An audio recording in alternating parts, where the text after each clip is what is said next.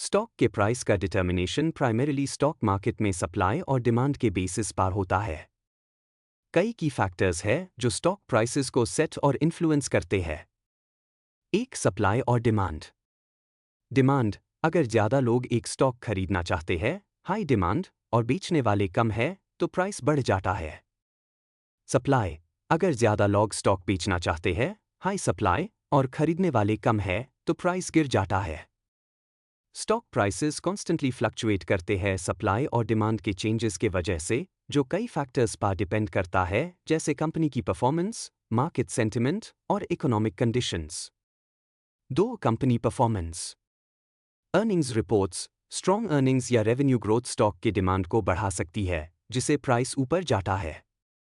Poor performance इसका उल्टा असर डालता है।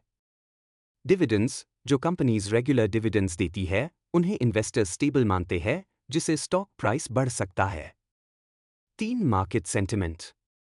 इन्वेस्टर कॉन्फिडेंस, मार्केट का जनरल मूड या सेंटिमेंट प्राइसेस को इन्फ्लुएंस कर सकता है।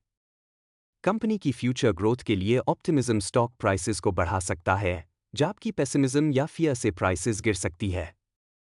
न्यूज़ और इवेंट्स, कंपनी, इंडस्ट्री या इकोनॉमी के न्यूज़, जैसे new product launches, leadership changes या जियोपॉलिटिकल इवेंट्स, स्टॉक प्राइसेस को ऊपर या नीचे ले जा सकते हैं। 4, macro economic factors. Interest rates, rising interest rates borrowing को महंगा बना देती है, जो बिजनेस ग्रोथ को स्लो कर सकता है और स्टॉक प्राइसेस को कम कर सकता है।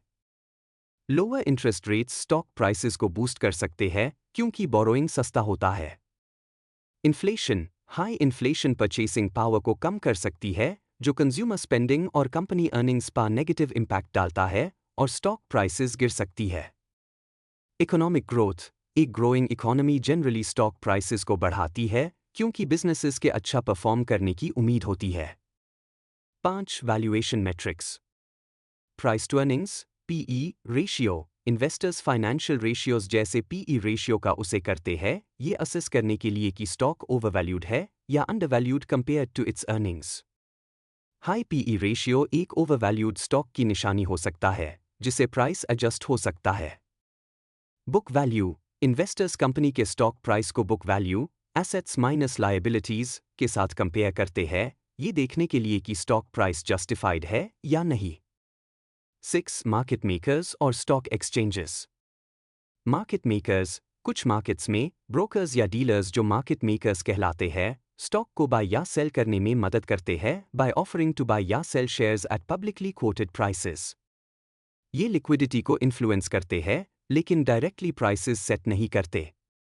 Stock exchanges, stock prices real time में एक्सचेंजेस जैसे न्यूयॉर्क स्टॉक एक्सचेंज (NYSE) या नेशनल स्टॉक एक्सचेंज (NSE) पर अपडेट होती है, based on ongoing trades. 7, IPOs, initial public offerings. जब कोई कंपनी पब्लिक होती है थ्रू एन IPO, तो उसके स्टॉक का initial price investment banks set करते हैं, जो IPO को अंडरराइट करते हैं।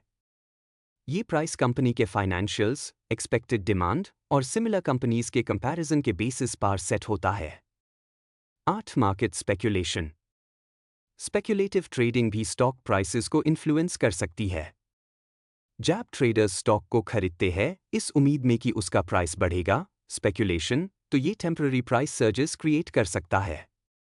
इन समरी, स्टॉक प्राइसेस किसी एक एंटिटी के द्वारा फिक्स नहीं किए जाते, बल्कि स्टॉक मार्केट में बायर्स और सेलर्स के ऑनगोइंग इंटरैक्शन के थ्रू डिटरमाइन होते हैं, जिसमें कई फैक्टर्स का योगदान होता है। तो इसके साथ इस ज़रूरी वीडियो का एंड होता है। ऐसी और अपडेट्स के लिए सब्सक्राइब करें न्यूट्रॉन मनी।